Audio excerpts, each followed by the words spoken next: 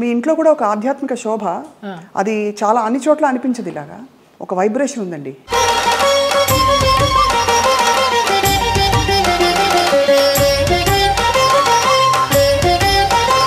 ఇంట్లోకి రాగానే ఒక దేవాలయంలోకి వచ్చిన అనుభూతి అనేసి అంటారు. మీకు నచ్చినట్టు బతికారు దాదాపుగా, కరెక్టా? అవును. సీతమ్మ ఎవరి మాట వినదని, పోగొట్టుకున్నా సంపాదించిన ఎన్ని ఒడిదుడుకులు అయినా కూడా నేను ఎవరిని బ్లేమ్ చేసేందుకు లేదు. మీ రక్షణ మీరు ఎలా చేసుకున్నారు? అండ్ మగ ప్రపంచం వచ్చి మిమ్మల్ని పలకరించలేదు, ట్రై చేయలేదంటే ఎవరు నమ్మరు. కాపాడుకున్నాను అంటే కాపాడుకోలేదనే చెప్పాలి. తలుపులు కొట్టేవారు. ఒక ఆర్టిస్ట్ అయితే నువ్వు తలుపు తీస్తావా లేకపోతే నేను ఇక్కడ ఊరేసుకొని చచ్చిపోనా అని అడిగాడు. పెద్ద ఆర్టిస్టా? పెద్ద ఆర్టిస్ట్. ఒక బంధం కోరుకున్నారా మీతో, లేక కేవలం బంధం లేదు, ఏం లేదు, బాగుండేదాన్ని. ఎలా తప్పించుకున్నారు? కొన్ని తప్పించుకున్నాను, కొన్ని తప్పించుకోలేకపోయాను.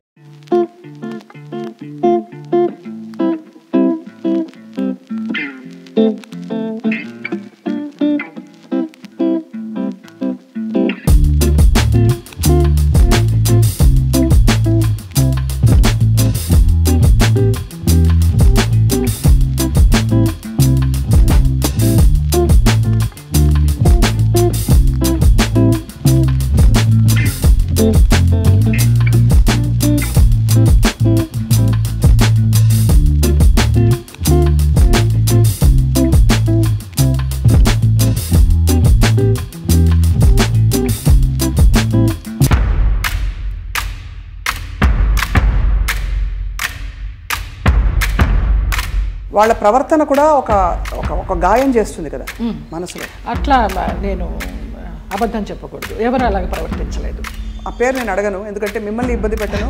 వారు కనుక ఇంకా ఉండుంటే కనుక ఇంకా ఇబ్బంది పెట్టను.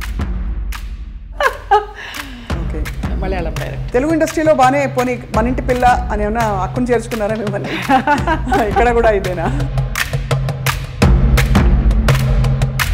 అదే సమయంలో మీరు గాఢమైన ప్రేమలో పడ్డారు కదా. అది కూడా ఎలా పడాల్సి వచ్చిందంటే, ఏడుస్తూ పడుకుంటే అతను నన్ను చంపడానికి అంబాసిడర్ కారులో తీసుకెళ్తున్నాడు. మా ఆయన ఎవరైతే ఉన్నారో ఎక్స్ హస్బెండ్, నిలువెత్తు బాబా. ఫస్ట్ టైం నేను కాషాయ వస్త్రాల్లో అంబాసిడర్ కారు ఇలా ఆపి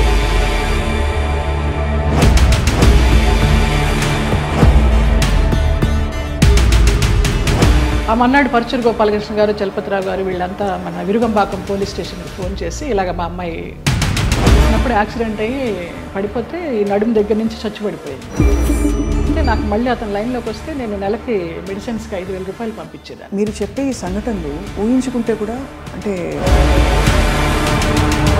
మీరు శరత్ బాబు గారు ఉన్నా కూడా చెప్పేదాన్నేమో, లేరు కాబట్టి ఇంకా ఫ్రాంక్గా చెప్తాను. చాలా ఫ్రాంక్గా ఫస్ట్ టైం చెప్తున్నాను నేను. మీ జీవితంలో కీలక పాత్ర పోషించిన వ్యక్తులు గుమ్మడి గారు ఒకరు. అసలు అంత లింకప్ చేయాల్సిన అవసరం ఎందుకు వచ్చింది? నా కోసం సులా అని ఒక వైన్ బాటిల్ తెప్పించేవారు రోజు 800 పెట్టి, ఇది నీకే, ఇది జయమ్మకే, వేరే ఎవరు ముట్టుకోవద్దు అనేసి. ఒక 4-5 సంవత్సరాలు జర్నీ చేశాము. ఇప్పుడు అటు నుంచి వెళితే నాకు ఆ ఇల్లు చూస్తే మాత్రం ఏడుపు వస్తుంది.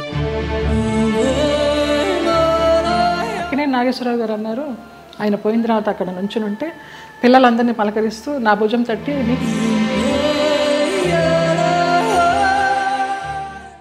అందరికీ నమస్కారం, సాదర స్వాగతం. ఐ డ్రీమ్ మీడియా సగర్వంగా సమర్పిస్తున్న ప్రత్యేక కార్యక్రమం సిల్వర్ స్క్రీన్ లెజెండ్స్. బాహ్య సౌందర్యం తల్లిదండ్రుల వల్ల మనకు కలుగుతుంది. ఆత్మ సౌందర్యం భగవదేచ్ఛ. అలాగే మనసుని చాలా అందంగా ఉంచుకోవాలంటే అది ఖచ్చితంగా స్వయంకృతాపరాధం. అంటే మనసు అందంగా ఉంచాలంటే బోల్డంత సంస్కారం అవన్నీ కావాలి. మరి బాహ్య సౌందర్యంతో పాటు అంతఃసౌందర్యం కలిగిన వ్యక్తుల్ని కలిసినప్పుడు చాలా చాలా ఆనందం కలుగుతుంది. అటువంటి వ్యక్తుల్లో నాకు చాలా ఇష్టమైన నటి, అసలు మనసులో ఏముందో మొహం మీద ఉట్టిపడే వ్యక్తి ఎవరు అంటే జయలలిత గారు. పేరులో చాలా పవర్ ఉంది, కానీ లోపల మాత్రం సున్నితత్వం. 40 ఏళ్లుగా ఎన్నో పాత్రలు వేస్తూ బోరు కొట్టని బోరింగ్ పాప, జానాబెత్తల జానమ్మ, ఇలాంటి అద్భుతమైన క్యారెక్టర్స్తో మనందరినీ రంజింపచేశారు. కానీ మనసులో ఎప్పుడు ఏ కష్టం వచ్చినా ఇలా దాచుకున్నారు. నాట్య కళాకారిణిగా, నటిగా, అసలు జీవితాన్ని శోధిస్తున్న ఒక వ్యక్తిగా వారి ప్రయాణం గురించి వాళ్ళు తెలుసుకుందాం అద్భుతమైన ఈ కార్యక్రమంలో. నమస్కారం జయలలిత గారు. నమస్కారం స్వప్న. చాలా చాలా మనసుకు తృప్తిగా ఉంది. పరిచయం ఎంత అద్భుతంగా ఉందో, చాలా బాగా చేశారు. నిజంగా మిమ్మల్ని చూసినప్పుడు అలాగే అనిపిస్తుంది. మీ కళ్ళు, మీ నవ్వు చాలా మనసులోంచి ఇలా వస్తుంది. ఎక్కడ నటన ఊరికి ఏదో నవ్వాలి కదా అని ఎప్పుడు అనిపించదండి. ఇందాక మీరు అన్నారు కదా ఈశ్వరేచ్ఛ అని, అది అంతే, అదే నమ్ముతాను. మీ ఇంట్లో కూడా ఒక ఆధ్యాత్మిక శోభ, అది చాలా అన్ని చోట్ల అనిపించదు. ఇలాగా ఒక వైబ్రేషన్ ఉందండి అంటారమ్మా చాలా మంది. ఇంటికి వచ్చిన వాళ్ళు ఇంట్లోకి రాగానే ప్రశాంతత ఉంది, బయట చూస్తే ఏంటి ఇలాంటి ఫ్లాట్లో ఉంటుంది జయలలిత అనుకుంటాము, ఇంట్లోకి రాగానే ఒక దేవాలయంలోకి వచ్చిన అనుభూతి అనేసి అంటారు, అందరు అంటారు. ఆ నిశ్శబ్దం అసలు ధ్యానంలోకి వెళ్ళిపోవాలనిపించింది రాగానే. మీరు ఆధ్యాత్మికంగా కూడా ప్రయాణించారు కదా, అంటే ఇప్పుడు ప్రయాణిస్తున్నాను కూడా. అదే ఎందుకో మనసుకి హాయినిస్తోంది. ఇంకా ఈ ఆర్భాటాలు, ఈ అలంకారాలు, అలాంటి వాటన్నిటికీ దూరం అయ్యాననే చెప్పాలి. ఇంకా కొంచెం ఉంటుందేమో, దాన్ని కూడా దూరం చేయాలి. అది జయలలిత గారు చాలా ధైర్యంగా లైఫ్ని మీరు కొనసాగించారు. మీకు నచ్చినట్టు బతికారు దాదాపుగా. కరెక్టా? అవును, నిజమా? సీతమ్మ ఎవరి మాట వినదని. సీతమ్మ ఎవరి మాట వినదు. పోగొట్టుకున్న, సంపాదించిన ఎన్ని ఒడిదుడుకులు అయినా కూడా స్వయంకృతాపరాధం మీరు అన్నట్టు. నాకు నేను ఎవరిని బ్లేమ్ చేసేందుకు లేదు. మీ అసలు పేరు జయలలితేనా? లలిత. లలిత. మరి జయలలిత అనేది జయ తర్వాత కలిసింది కదా? కలిసిందంటే నాకు ఊహ తెలిసిన తర్వాత నేను చూసిన ఫస్ట్ మూవీ కథానాయకుడు ఎన్టీ రామారావు గారు, జయలలిత గారు. ఆ సినిమా చూసిన తర్వాత 6 సంవత్సరాలు అప్పుడు నాన్న అప్పుడు బడులు అనేవారు కదా, స్కూళ్ళు కదా, బడిలోకి జాయిన్ చేయడానికి వెళ్ళినప్పుడు మాస్టర్ గారు ఏంటమ్మా పేరు అన్నప్పుడు నాన్న లలిత అని చెప్పబోతుంటే నేను జయలలిత అని చెప్పేశాను. అది యాదృచ్ఛికం, తెలీదు. ఆ సంఘటన ఒకటే గుర్తుంది కానీ ఎందుకు చెప్పానో తెలియదు. జయలలిత అని చెప్పేసా. అప్పటి నుంచి జయలలిత. జయలలిత అనగానే ఆవిడ పవర్ఫుల్ జయలలిత గారే గుర్తొస్తారు. కానీ ఇక్కడ తెలుగునాట మీరు అంటే మీ ఏం చెప్పాలి, వర్చస్సు, ఒక అందం, ఒక గ్రేస్ ఏదైతే ఉందో ఆ జయలలిత గారికి ఈ జయలలిత గారికి పోలిక పడతారు. మీరు నమ్మచ్చు నమ్మకపోవచ్చు, అతిశయోక్తి అనుకోవచ్చు. మొన్న నేను కేరళ ఒక ఆయుర్వేదం ట్రీట్మెంట్కి వెళ్తే డీటాక్స్కి, అక్కడ వాళ్ళందరూ అన్నారు ఆ జయలలిత మీరు ఒకలాగానే ఉన్నారమ్మా అనేసి. ఫస్ట్ టైం ఆ గ్రూప్ అంతా అన్నారు. జయలలిత గారు, మీరు నాట్య కళాకారునిగా మీ అభ్యాసం మొదలుపెట్టినప్పుడు అప్పుడు మీ మనసులో ఏముండేది? తల్లిదండ్రులు చెప్పి మంచి డాన్సర్ అవ్వాలనుకునేవారా, లేదు అందరి ఇళ్లలో నేర్చుకుందాం? అసలు నా నాట్యాభ్యాసం ఎలాగా మొదలైందంటే అక్కకి నేర్పిస్తున్నారు. అక్కకి నేర్పిస్తున్నప్పుడు నేను చూస్తూ నేను కూడా నేర్చుకుంటాను అని ఏడ్చాను 5 సంవత్సరాలు. అప్పుడు అమ్మ అన్నారు ఇంకా నీకు అవగాహన లేదు, కొంచెం వయసు రావాలి, వచ్చిన తర్వాత నువ్వు నేర్చుకుందావు అంటే మా మాస్టర్ గారు ఆ అమ్మాయిలో ఉన్న జిజ్ఞాస చాలా నచ్చిందమ్మా నాకు. అంత వయసు అప్పుడు ఎవరికి కళల పట్ల ఆసక్తి ఉండదు, ఈ అమ్మాయికి ఏదో పూర్వజన్మ వాసన ఉంది, నేను నేర్పిస్తాను, మీకు ఎందుకు మీరు కంగారు పడకండి అని. నేను ఏడిస్తే నేర్చుకుంటానని అట్లా నేర్పించారు. ఇంకా అది నాకు నరనరాల్లో అలాగా ఉండిపోయింది. ఒక పెద్ద నాట్య కళాకారిని అవుదామని, ఒక పద్మా సుబ్రహ్మణ్యం గారిలాగా లైఫ్లో పెళ్ళి అనేది ఏమి చేసుకోకుండా అలా ఉందామని అనుకున్నాను. బట్ నాన్నకి జర్నలిస్ట్ అవడం వల్ల, సినిమా వాళ్ళతో సంబంధాలు ఉండడం వల్ల, మీ అమ్మాయి బాగుంది, కలర్ అది, హైట్ అది బాగుంది అంటే ఆ అమ్మాయిని హీరోయిన్ చేయాలి అనేసి, ఎన్ని పెళ్లి సంబంధాలు వచ్చినా కూడా వద్దు, మా అమ్మాయి అయితే పెళ్లి మంచి హీరోయిన్ అవ్వాలి, లేకపోతే డాన్సర్ అవ్వాలని ఆయన అలాగా కలలుగా అన్నారు. ఆయన కోరిక ప్రకారం ఆర్టిస్ట్ అవ్వాల్సి వచ్చింది. నా కోరిక అయితే మంచి డాన్సర్ అవ్వాలని. కానీ ఏ రోజు సంసారంలో సుఖపడాలి, ఇలాగా అంటే సెటిల్ అయిపోవాలి అనే ఆలోచన అనిపించలేదు? ఏదో ఒక స్పెషల్ అని, ఏదో మొత్తానికి ఏదో ఒక గోల్ పెట్టుకున్నాను, వాళ్ళలాగా అవ్వాలి వీళ్ళలాగా అవ్వాలని. ఏమి అవ్వలేకపోయినాను, నేను నాలాగానే ఉన్నా. మీరు మీలాగా ఉంటూ అన్ని ఎక్స్ప్రెస్ చేసి ఇప్పుడు మీ చక్కగా మంచి టైంలో ఇప్పుడు మీరు అంత ప్రయాణం అంటారు కదా, ఆ ప్రయాణం కొనసాగిస్తారు. అంతర్ముఖంగా ప్రయాణం చేస్తున్నాను. బాగా చెప్పారు. ఎంతవరకు నేర్చుకున్నారు జయలలిత గారు మీరు నాట్యం? ఆల్మోస్ట్ డిప్లొమా అంతా అయిపోయిందమ్మా. డిప్లొమా అయిన తర్వాత ఏదో ఎంఏకి కట్టాలని అనుకుంటున్నప్పుడు మూవీ వచ్చింది, నాన్న వాళ్ళ ఫ్రెండ్స్ ఈ పోరాటం మార్పు కోసమని. ఇంకా ఆంధ్ర నాట్యం కూడా నేర్చుకోవాలని నటరాజ రామకృష్ణ గారి దగ్గర 1 year పేయింగ్ గెస్ట్గా ఉండి నేర్చుకున్నాను నేను. ఆ టైంలో నాన్న వచ్చి మా ఫ్రెండ్స్ సినిమా తీస్తున్నారు, అందులో హీరోయిన్కి డాన్సర్ అయి ఉండాలి, క్లాసికల్ డాన్సర్, నువ్వు చేయాలి అనేసి అన్నారు. ఇంకా రూమ్లోకి వెళ్ళిపోయి గడిపెట్టేసుకుని ఏడుస్తూ కూర్చున్నాను. నేను డాన్సర్ అవ్వాలనుకుంటే నన్ను సినిమాల్లోకి చేర్చడం ఏంటి, వెళ్ళనని. అప్పుడు నటరాజ రామకృష్ణ గారు, కళాకృష్ణ గారు నచ్చజెప్పి, నాన్న ఫ్రెండ్సే కదా తీస్తున్నది, వెళ్ళు, నచ్చితే చెయ్యి, కంటిన్యూ చెయ్యి, ఆఫర్లు వస్తే, లేకపోతే మళ్ళీ డాన్సర్గానే ఉండిపోదు అని నచ్చజెప్పి పంపించారు. ఇంకా వన్స్ ఆ రంగంలోకి వెళ్ళిన తర్వాత మరి వెనుదిరిగి నచ్చిందా మీకు సినిమా ఇండస్ట్రీ ఎక్స్పీరియన్స్ అది? మొదట్లో నచ్చలేదనే చెప్పాలి. తర్వాత రాను రాను ఇంకా ఫ్యామిలీ అంతా నా కోసమని షిఫ్ట్ అయిపోయి వాళ్ళు ఇబ్బందులు పడుతున్నప్పుడు లేదు వీళ్ళందరి కోసమన్నా నేను ఇష్టపడి చేయాలని అలాగా కాంప్రమైజ్ అయిపోయి చేసినవే. చాలామంది నటీమణులు ఈ మధ్య కాలంలో నేను కలుస్తున్నవారు నాకు యాక్చువల్లీ అప్పుడు ఇష్టం లేదు కానీ పరిస్థితుల ప్రభావం, ఆర్థిక పరిస్థితులను కూడా చెప్పారు. మీకు అటువంటి ఇబ్బందులు వచ్చాయి? ఆర్థిక పరిస్థితుల వల్లనే కదా, మరి మేము చాలా మిడిల్ క్లాస్, మరి లోయర్ మిడిల్ క్లాస్ అని చెప్పలేము, అప్పర్ మిడిల్ క్లాస్ అని చెప్పలేము, వయా మీడియా మిడిల్ క్లాస్. నాన్న ఒక ప్రొడ్యూసర్ని నమ్మి మీ అమ్మాయికి హీరోయిన్ ఛాన్స్ ఇస్తామంటే మెడ్రాస్ షిఫ్ట్ అయిపోయారు. షిఫ్ట్ అయిపోయిన తర్వాత ఆ ఛాన్స్ నాకు కొన్ని కారణాల వల్ల రాలేదు. అయ్యో, రానప్పుడు ఇంకేం చేయాలి, ఇంతమందితో వచ్చిన క్యారెక్టర్స్ చేసుకుంటూ పోదామని ఒక గైడెన్స్ లేకుండా, ఒక గాడ్ ఫాదర్ అనేవారు లేకుండా ఏ క్యారెక్టర్ వస్తే ఆ క్యారెక్టర్ చేశా. ఫ్యామిలీ గెట్ ఆన్ అవ్వాలి ఫస్ట్. కానీ నిజానికి మీరు కథానాయికగానే మొదలు పెట్టారు కదా? అవును, ఈ పోరాట మార్పు కోసం కథానాయిక. అవును, బట్ ఆ తర్వాత మీరు అనేది హీరోయిన్ క్యారెక్టర్స్ రాలేదు? ఏమీ రాలేదు.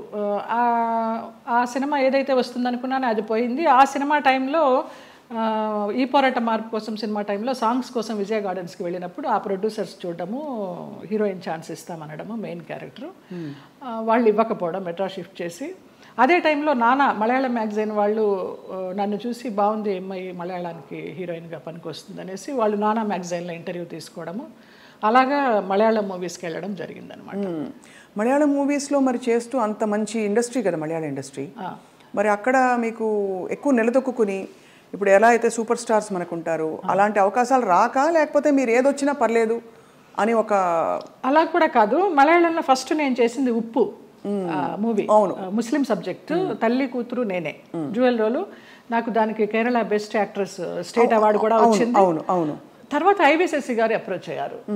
అప్రోచ్ అయితే మంచి డైరెక్టర్. అప్పుడు అంటే తెలియదు మనకి ఎలా ఉంటుంది, ఊరికే అవుట్లైన్ చెప్తారు కానివ్వండి, మంచి గ్లామర్ రోలు, కమల్ హాసన్ గారి పక్కన అనేసరికి చాలా ఆనందంగా ఉంటాం కదా. ఫస్ట్లోనే కమల్ హాసన్ గారి పక్కన ఉలగ నాయగన్ ఆయన పక్కన వచ్చింది అని. ఆ ముగ్గురు హీరోయిన్లు శోభన, గీత, నువ్వు అని చెప్పారు. ఓకే అనేసి ఒప్పేసుకున్నాను. అది కట్ చేస్తే విలన్ వైఫ్ వ్యాంపిష్. దాని తర్వాత రామానాయుడు గారు ఇంద్రుడు చంద్రుడిలో కమల్ హాసన్ గారి సెక్రటరీగా ఎవరు బాగుంటారంటే కమల్ హాసన్ గారు నన్ను రికమెండ్ చేశారు. అమ్మాయి ఎవరో చేసింది జయలలిత, చాలా బాగుంది, ఆ అమ్మాయిని పెట్టండి అని. అలాగే ఇంద్రుడు చంద్రుడిలో కూడా ఒక టైప్ ఆఫ్ వ్యాంప్. అలా అలా కంటిన్యూ అయిపోయినాయి. కానీ శృతిలయల్లో ఒక పాంచాలి క్యారెక్టర్ కానీ, రాజశేఖర్ని మాయ చేసి అతని చేత ప్రోగ్రామ్స్ ఇప్పించి కమిషన్లు అవి తీసుకుని ఆ టచ్ ఉన్నవే వచ్చినాయి అన్నీ నాకు. ఒకలా చూస్తే దానికి ఒక ప్రత్యేక స్థానం ఉంది, అదేం తక్కువని కాదు. కానీ కాదు, అప్పట్లో పూర్వకాలంలో ఎల్ విజయలక్ష్మి గారు వాళ్ళు ఎంత బాగా చేసేవారు అది. కానీ అది స్వర్ణయుగం, దానికి తగ్గట్టుగా వాళ్ళు అంత ఎలివేట్ అయ్యారు. ఇంకా కొంచెం కొంచెం రాను రాను వెండి యుగాలు, ఈ రాగి యుగాలు ఇవన్నీ వచ్చేసరికి అప్పుడు వాళ్ళు డాన్సర్స్ చేసిన, వ్యాంప్ చేసిన, హీరోయిన్స్ చేశారు, అన్నీ చేశారు. ఆ డైరెక్టర్స్ అంత క్రియేటివిటీ ఉన్న డైరెక్టర్స్ ఇప్పుడు వాళ్ళు కాదని చెప్పడం లేదు. వాళ్ళు ధైర్యం చేసి అన్ని రకాల క్యారెక్టర్లు ఇచ్చేవారు ఒక ఆర్టిస్ట్కి. గిరిజ గారు మామూలుగా కమెడియన్ చేసి నాగేశ్వరరావు గారి పక్కన హీరోయిన్ చేయలేదా? అలా మా తరానికి వచ్చేసరికి వ్యాంప్ అంటే వ్యాంపే, చెల్లెలంటే చెల్లెలే, అలాగైపోయింది. సరే ఏదో ఒకటి, మనకి కళారంగం మనల్ని ఆదరించింది, అభిమానంగా పిలుస్తున్నారు, మన కుటుంబాన్ని పోషిస్తోంది అనే ఒక సద్బుద్ధితోనూ ఒక మంచితనంతోనే గెట్ ఆన్ అవుట్ వచ్చి, అంటే దాదాపు జీవితం నిర్ణయించిన విషయాలని మీరు స్వీకరిస్తూ ఒక నదిలా ప్రవహిస్తూ వచ్చేసారు. అంతే. అది కొంచెం మెచ్యూరిటీ వచ్చిన తర్వాత ఇంకా ఇది కర్మ సిద్ధాంతాన్ని నమ్మడం అలవాటు చేసుకున్న తర్వాత మనకి ఏది ప్రాప్తమో అదే, ఏది రావాలో అదే వస్తుంది, ఎప్పుడు రావాలో అప్పుడే వస్తుంది అన్న తర్వాత మనసుకి చాలా ప్రశాంతంగా హాయిగా ఉంది. ఇంత అందమైన జయలలిత గారు అప్పుడు ఒక అమ్మాయి, అఫ్కోర్స్ నాన్నగారికి పరిచయాలు ఉన్నప్పటికీ కూడా ప్రతి చోటికి నాన్నగారు రాలేరు కదా, మీ రక్షణ మీరు ఎలా చేసుకున్నారు? చుట్టూ ఉంటే మగ ప్రపంచం, అండ్ మగ ప్రపంచం వచ్చి మిమ్మల్ని పలకరించలేదు, ట్రై చేయలేదంటే ఎవరు నమ్మరు. అవును అవును, అంటే అది జగమెరిగిన సత్యం. అలా అని వాళ్ళని ఏం అండలేదు. బట్ ఈ ప్రపంచంలో ఎలా మీరు మిమ్మల్ని మీరు కాపాడుకున్నారు? కాపాడుకున్నాను అంటే కాపాడుకోలేదనే చెప్పాలి. కాపాడుకోలేదు, ఎందుకు అబద్ధం చెప్పడం. పరిస్థితులకు అనుగుణంగా వెళ్ళాను, అందువల్ల నేను పెద్ద ఇబ్బందులు ఏమీ ఎదుర్కోలేదు. కొంచెం ఫ్రెండ్లీగానే మూవ్ అవుతూ, నవ్వేస్తూ. అది వరకు ల్యాండ్ లైన్లు ఉండేవి, ఫోన్లు, ల్యాండ్ లైన్ తీసి పక్కన పెట్టేసేవాళ్ళం. అవుట్డోర్ వెళ్తే తలుపులు కొట్టేవారు. ఒక ఆర్టిస్ట్ అయితే నువ్వు తలుపు తీస్తావా లేకపోతే నేను ఇక్కడ ఊరేసుకొని చచ్చిపోనా అని అడిగాడు. పెద్ద ఆర్టిస్టా? పెద్ద ఆర్టిస్టే ఒక కాలంలో. అంటే ఎందుకు అడుగుతున్నానంటేనండి, మరి అది వాళ్ళు ఒక బంధం కోరుకున్నారా మీతో, లేక కేవలం బంధం లేదు, ఏం లేదు, బాగుండేదాన్ని, యంగ్లో ఉన్నాను, మంచి పర్సనాలిటీ, వ్యాంప్ క్యారెక్టర్లు వేస్తున్నాను, కూడా అదే అయి ఉండొచ్చు అనే ఒక అపోహ. ఎలా తప్పించుకున్నారు? కొన్ని తప్పించుకున్నాను, కొన్ని తప్పించుకోలేకపోయినాను. తప్పలేదు. అంటే మీరు నిర్ణయం తీసుకుని ఎవరైనా ఒక నిర్ణయం తీసుకుని ఇలా ఉంటే అది వాళ్ళ ఇష్టం. అది కానీ అయిష్టంగా బలవంతంగా గనక ఏ పరిస్థితిలోకి వెళ్ళినా కూడా అది బడి కావచ్చు, ఇంకోటి కావచ్చు, ఇటువంటి ఒక చాలా కష్టం కదండి. ఒకసారి అలాగే ఒక డైరెక్టర్ని రిజెక్ట్ చేశాను అనేసి అతను ఆ క్యారెక్టర్ కట్ చేసి పంపించేశారు. పర్లేదు అనుకున్నాను. అలా కూడా జరిగిన సందర్భాలు. ఆ రోజుల్లో ఎలా ఉండేది జయలలిత గారు మీకు? అంటే మనసులో ఇలా జరుగుతోందని ముందే తెలుసా? వాళ్ళు తలుపులు కొట్టేటప్పుడు భయం వేసేదా, లేకపోతే తెలుసు ఎలా తప్పించుకోవాలనే ఆలోచన తప్పించి ఆ భయాలు అవేమీ లేవు. తలుపులు బద్దలు కట్టలేరు. మన్నాడు ఏమన్నా అడిగినప్పుడు ఏదో దాటేస్తాం, ఏదో ఒక రీజన్ చెప్తాం.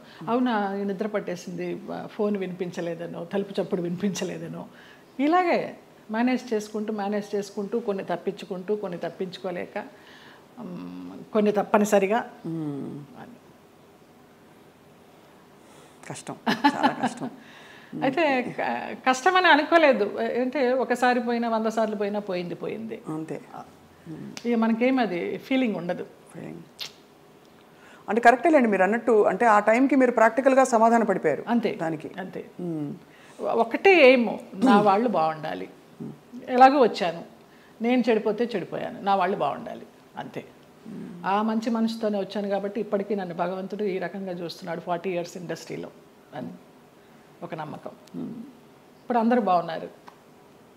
చాలా సున్నితమైన ఒక ప్రశ్న అండి ఇది. అడగచ్చు అడగకూడదు, కానీ ఈ సోకాల్డ్ ప్రముఖులు వాళ్ళు వీళ్ళు మిమ్మల్ని ఇలాగా ఇబ్బంది పెట్టి, సరే వాటెవర్ ట్రై చేసి అది బలవంతంగా మీరు తలొగ్గినప్పుడు గౌరవం ఉంటుందా, లేకపోతే కేవలం జస్ట్ వాళ్ళ ఇంకా పైశాచికత్వం? కానీ పైశాచికత్వం ఏమీ ఉండదు, గౌరవం ఉండదమ్మా.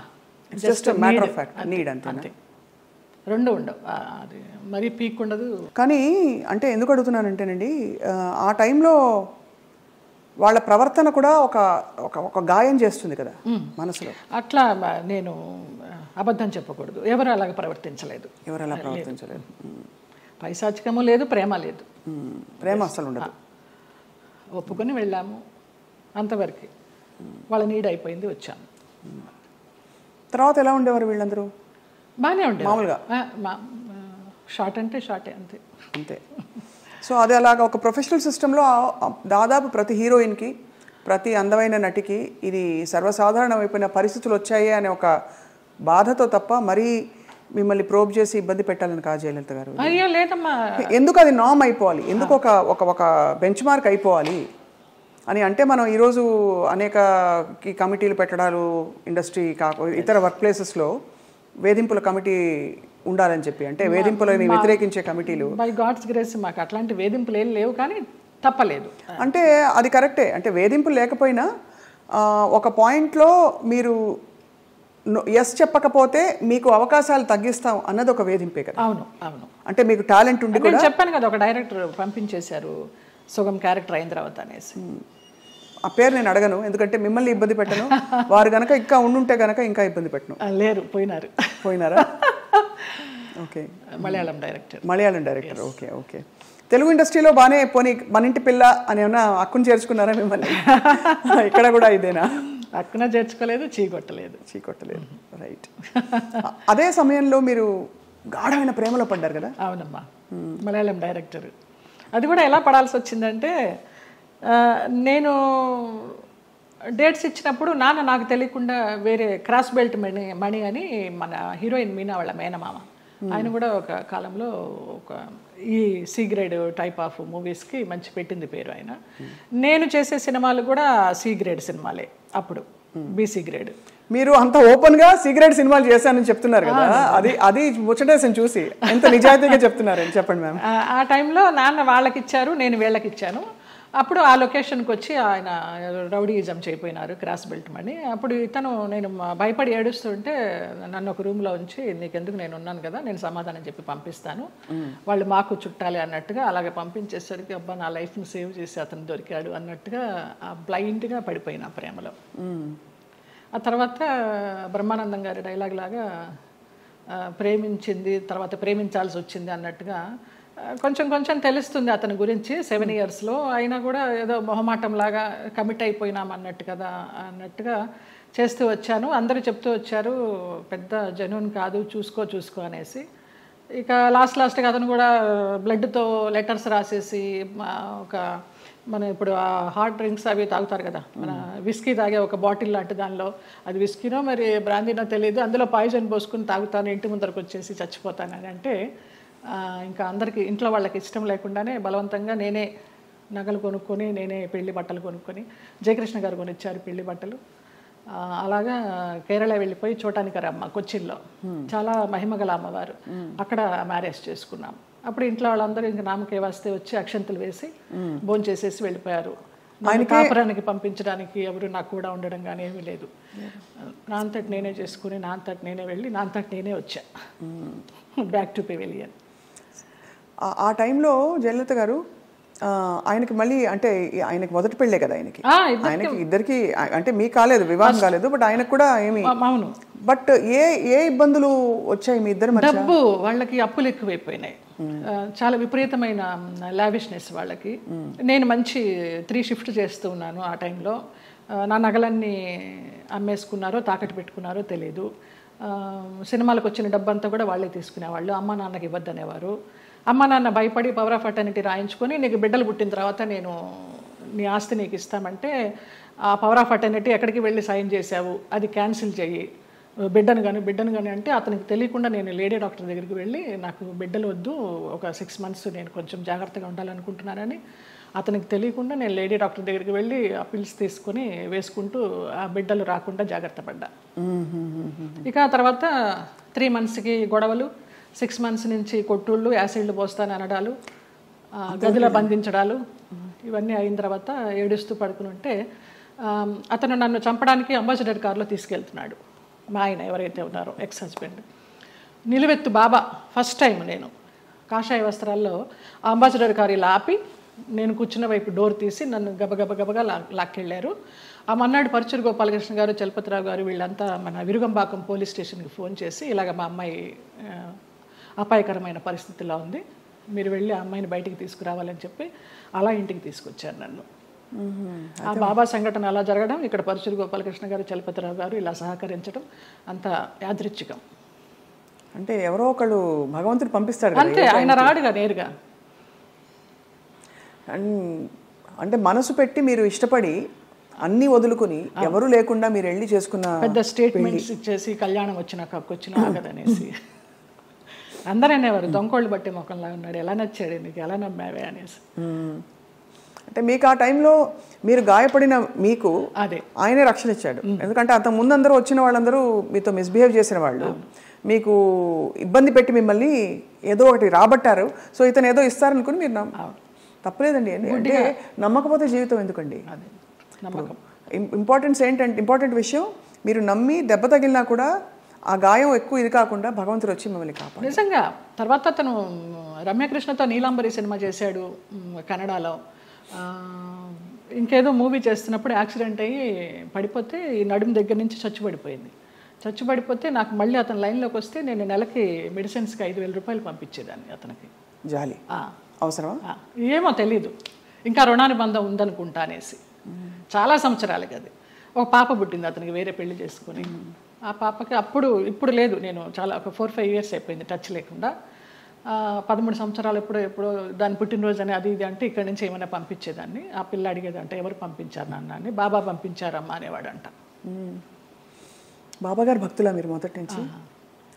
నాకు రమాప్రభమ్మ పరిచయం చేసింది బాబా గారిని ధవళేశ్వరంలో, నల్లబాబా. స్వతంత్ర భారతం అని మన నారాయణమూర్తి గారి సినిమాకి వెళ్ళినప్పుడు ఎందుకో గ్యాప్ వచ్చింది, నీకు ఒక బాబాని చూపిస్తారా అనేసి తీసుకెళ్ళారు ధవళేశ్వరం. అప్పుడు చూడడమే, ఆవిడే పరిచయం చేసింది. తర్వాత ఈ పెళ్ళి విడిపోతాను అన్నప్పుడు ఈ ఇన్సిడెంట్. తర్వాత ఇంటికి వచ్చి వారం రోజులు తర్వాత పడుకుని ఏడుస్తుంటే ఏంటి ఇలాగైపోయింది, బాగుంటాను అనుకున్నాను పెళ్లి చేసుకుని అని ఏడుస్తున్నప్పుడు ధవళ వస్త్రాల్లో నేను ఇలా పడుకుని ఏడుస్తుంటే నా పక్కన కూర్చుని ఆయన ఈ మడికాలు వేసుకొని ఇలాగా చేయి పెడితే నాకు కరెంట్ షాక్ కొట్టినట్టు అయిపోయింది. ఏం పర్లేదు నేను ఉన్నాను ఏడవకనేసి. ఆ 2 సార్లే కనిపించారు. తర్వాత 4 హారతులు చేసేదాన్ని ఇంట్లో, ఇంకెప్పుడు కనిపించలేదు నాకు ఆయన. కానీ మీరు చెప్పే ఈ సంఘటనలు ఊహించుకుంటే కూడా అంటే ఇంకా ఏమనాలో మాటలు రావట్లేదు. బాబా గారు వచ్చి పక్కన కూర్చుని ఆ అనుభూతి మీకు కలగడం, నేను చాలా ఫీల్ అయినా. మా స్పర్శ ఒక ఏంటో అంటారు కదా 1000 ఓట్ల కరెంట్ షాక్ కొట్టినట్టు అనేసి, అలా ఒక ఆరాలాగా వచ్చేసింది 2 సార్లు. బాబా గారి కోసం ఒక పాట పాడరా, ఒక 2 లైన్లు. ఇక్కడే ఉన్నారు బాబా గారు అనిపించే అంత అద్భుతంగా చెప్పారు మీరు. నువ్వు లేక నాథలం బ్రతుకంతా అయోమయం, నువ్వు లేక నాథలం బ్రతుకంతా అయోమయం, బాబా ఓ బాబా ఇక నీ పరీక్షకు మేము పలేము, ఇటులి నిరీక్షణ మేము పలేము, నువ్వు లేక నాథలం బ్రతుకంతా అయోమయం, బాబా ఓ బాబా. ఎంత ముద్దుగా బుజ్జి తల్లిగా పాడారు. నాకు అది బ్రహ్మానందం గారు ఇచ్చారు ఆ బాబా. ఈ బాబా గారు బాబా డివోటివ్ కదా అనేసి వాళ్ళ మేనేజర్ చేత ఇచ్చి పంపించారు. ఆయన అసలు ఒక అద్భుతం, ఆయనే ఒక అద్భుతం బ్రహ్మానందం గారు. తిరిగి వచ్చిన తర్వాత మరి పుట్టింటి వాళ్ళు ఏమన్నారు? ముందే చెప్పాం కదా, సంతోషపడ్డారు, వచ్చేసారని.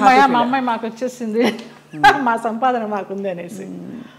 కానీ ఒకటండి, మీరు ఏ మాట కామాట ఓపెన్గా మాట్లాడుకుంటున్నాం కాబట్టి, పుట్టింటి వాళ్ళు కావచ్చు అత్తింటి వాళ్ళు కావచ్చు మిమ్మల్ని ఒక ఏటీఎం మెషిన్లో చూసారని అనిపిస్తుంది. అంతే. దానికోసం మీరు నలిగిపోయి, మీరు లోపల ఇదైపోయి వెళ్ళి, అప్పుడు నలగడాలు కూడా మనకి తెలియదు, అంత జ్ఞానం కూడా లేదు కాబట్టి మీకు సంతోషం. అంటే ఇగ్నోరెన్స్ ఇస్ బ్లిస్ అంటారు ఇంగ్లీష్లో. అదే ఏమో, నేను తెలుగు మీడియం, ఇంగ్లీష్ కూడా పెద్దగా రాదు, బిఏ తెలుగు మీడియం. అంటే సింపుల్గా చెప్పాలంటే ఎవరి పిచ్చి వారికి రక్షణ, ఆనందం కాకపోయినా. మీకు తెలియనితనమే మీకు మళ్ళీ కాపాడింది. ఆ తర్వాత మళ్ళీ ఇప్పుడు సినిమాలు వరుసగా పరచూరు గోపాలకృష్ణ గారు, ఎంత చలపతిరావు గారు మీకు చేసిన, వాళ్ళే నిలబెట్టారమ్మా. తర్వాత రామానాయుడు గారు వాళ్ళంతా వాళ్ళే నిలబెట్టారు. కాకపోతే అప్పుడు ఉన్నంత ఇది డిమాండ్ లేకుండా ఉండే. ఒకసారి పెళ్లి చేసేసుకుని వెళ్ళిపోయి మళ్ళీ వచ్చి నా క్యారెక్టర్లన్నీ అప్పుడు సనా చేసేది ఆ గ్యాప్లో. ఆ తర్వాత అలా వస్తూ వచ్చినాయి, కానీ ముందరంత ఆ 90sలో ఉన్నంత డిమాండ్ లేదు. అంటే ఇది మరీ ఎక్కువ మొన్ననే, అంటే ఒక 20-25 ఏళ్ళ అంటే 92 సెప్టెంబర్ 3 మ్యారేజ్ చేసుకున్నాను. 93 సెప్టెంబర్ 3 1 year మ్యారేజ్ డే రాకుండానే విడిపోయాం మ్యూచువల్ అండర్స్టాండ్ మీద. తర్వాత ఏమి ఇబ్బంది పెట్టలేదా మిమ్మల్ని? ఏమి లేదమ్మా అసలు. ఇంకేముంది, అన్ని తీసేసుకున్నారు కదా, ఇంకేముంది ఇబ్బంది పెట్టడానికి. డబ్బులు తీసేసుకున్నారండి? తీసుకున్నారు, చాలా చాలా ఖర్చు. అప్పుల వాళ్ళు వచ్చేవాళ్ళు, ఈయనేమో చనిపోతానని వెళ్ళేవాడు, అమ్మ భర్త సుమంగళితనం పోతుంది ఎలాగా అనేసి చెక్ మీద సంతకం చేసి ఇచ్చేస్తూ ఉండేదాన్ని. ఎంత కోల్పోయారు జయలలిత గారు? పోయింటాయమ్మా, ఒక 50 sovereigns గోల్డ్ లాగా పోయి ఉంటుంది, ఒక 25 lakhs క్యాష్ పోయి ఉంటుంది. సో దాదాపు ఆ రోజుల్లో చాలా ఎక్కువ కదా, 90sలో 2-3 కోట్లు అనుకోండి ఈ రోజులు ఈజీగా. ఆ లెక్క కూడా తెలియదు మనకి. అంటే కానీ అదే బాధ చాలా. మీరు మీకోసం ఇష్టంగా ఎప్పుడైనా ఏదైనా కొనుక్కున్నారా? ఒక ఇల్లు, ఒక కారు, ఒక నగలు? అట్లా నగలు ఇష్టం. నేను కొనుక్కున్నప్పుడల్లా అమ్మ అడిగేది నాకు కూడా ఆ నగ కావాలి అనేసి. నేను ఏదైనా చీర కొనుక్కుంటే నాకు ఆ చీర కావాలని అడిగేది. ఒకప్పుడు నగలు చీరలు ఇష్టము. ఈ కార్లు ఇళ్ళు అంటారా నాకు తెలియదు. ప్రాపర్టీలు చేర్చుకోవడము, కొంచెం డబ్బు ఉంటే దాచుకోవడము, ఏదైనా కొనడము, అది పెరుగుతుంది అనుకోవడము, ఆ బిజినెస్ మైండ్ లేదు. అదే ఉంటే కనుక మరి ఇంత మీరు అన్ని పోగొట్టుకుంటారా చెప్పండి. అందరూ అనేవారు ఏదైనా స్థలం కొని పడేయమ్మా అని, వినేదాన్ని కాదు. అదే ఇల్లు, పెళ్ళి, పిల్లలు అన్ని ప్రాప్తంలో ఉండాలంటారు, అవి లేవు. చాలా దారుణం అండి. మీకు മലയാളം അറിയുമോ? അറിയും, നന്നായിട്ട് അറിയും. നന്നായിട്ട് 25 പടം అభినయించుండు మలయాళത്തിൽ. అంతే కదా. అంత పెళ్లి చేసుకున్నవాడు మలయాళి. అవును, తిట్టేదాన్ని మలయాళంలో. అవునా? పట్టి గొడవలు ఒకటి తెలుసు, పట్టి పట్టి కళూరుండ మోనే గాడిద. మలయాళ వంటలు కూడా వచ్చా జయలలిత గారు మీకు? అసలు నాకు మన తెలుగు వంటే రాదు, స్టవ్ అంటించడమే రాదు. ఓలన్ ఓలన్ ఓలన్ అంటే కాలన్ కాలన్ പച്ചടി കിച്ചടി എരിശ്ശേരി ഒന്നും അറിഞ്ഞൂടാ. ഒന്നും അറിഞ്ഞൂടാ. కాఫీ టీ పోలే അറിഞ്ഞൂടാ. ఇప్పుడు అసలు మీకు వంట రాదా? అసలు స్టవ్ అంటించడం రాదు తల్లి. ఎంత ముద్దుగా చెప్పారండి. ఎలా మరి మరి ఎవరు చేసి పెడతారు? మా మేనమామ కొడుకు వాడు, నలభీమ పాకం వాడే అండి. మార్నింగ్ అక్కడ సోఫాలో కూర్చున్నానంటే నైట్ డిన్నర్ వరకు అన్నీ అక్కడికే వస్తాయి. అవ్వా, క్వీన్ అనమాట అంతే. పోతే పోనీ దునియా గోలీ మారు దునియాకు అంతే. ఒక సన్యాసి జీవితం, ఒక మహారాణి జీవితం అన్నీ. అయితే అప్పుడు మళ్ళీ మీరు పుంజుకుని తిరిగి వచ్చాక ఎవరు చెప్పేవారు మీకు మంచి చెడు ఇంత గాయం అయి తిరిగి వచ్చారు, రెమ్యూనరేషన్ ఎంత అడగాలి, రోల్ ఒప్పుకోవాలా వద్దా, రోల్ కట్ చేసేస్తే అడగాలా వద్దా, మీకు ఇవ్వవలసిన సౌకర్యాలు సెట్లో మీకు ఏదో ఇలాంటివి ఇస్తున్నారు, ఫ్లైట్ ఇస్తానని ఇవ్వలేదు, ట్రైన్ ఇచ్చారు, ఈ అడ్జస్ట్ అవ్వాలా లేదా, ఈ మంచి చెడులు ఎలా తెలిసేది మీకు? తెలీదమ్మా. ఇప్పుడు నేను చెప్తున్నాను కదా, ఒక మోస్తరు సినిమా అయితే వాళ్ళు ఏదో చెప్పేవారు, ఇన్ని రోజుల క్యారెక్టర్ అమ్మా అని. నేను ఒక రెమ్యునరేషన్ అడిగేదాన్ని, అది కాదమ్మా కొంచెం తగ్గించండి అనేవారు. సరే, కానీ రెమ్యునరేషన్ ₹1 తక్కువైనా పర్వాలేదు, కానీ మర్యాద తక్కువైతే మాత్రం నేను భరించలేను. టైంకి అన్నం పెట్టాలి. నేను బ్రాహ్మణ అమ్మాయిని, ప్యూర్ వెజిటేరియన్. మీరు పెరుగన్నం పెట్టినా చాలు, టైంకి పెట్టాలి. ఎప్పుడు 2 గంటలకి 3 గంటలకి బ్రేక్ ఇస్తానంటే నా వల్ల కాదు. ఒక 2 కొబ్బరి బొండాలు ఇవ్వాలి, ఒక 4 వాటర్ బాటిల్స్ ఇవ్వాలి, మంచి హోటల్ రూము, అవుట్డోర్ అయితే. ఇక్కడైతే నేనే ఇంట్లోనే ఉండి వెళ్తాను. ఇంతే తప్పించి పెద్ద హైలీ డిమాండ్స్ ఏమీ ఉండేవి కాదు నాకు. అమ్మ ఫ్లైట్ దొరకలేదు, ట్రైన్ అన్నారనుకోండి, చెలో పదండి.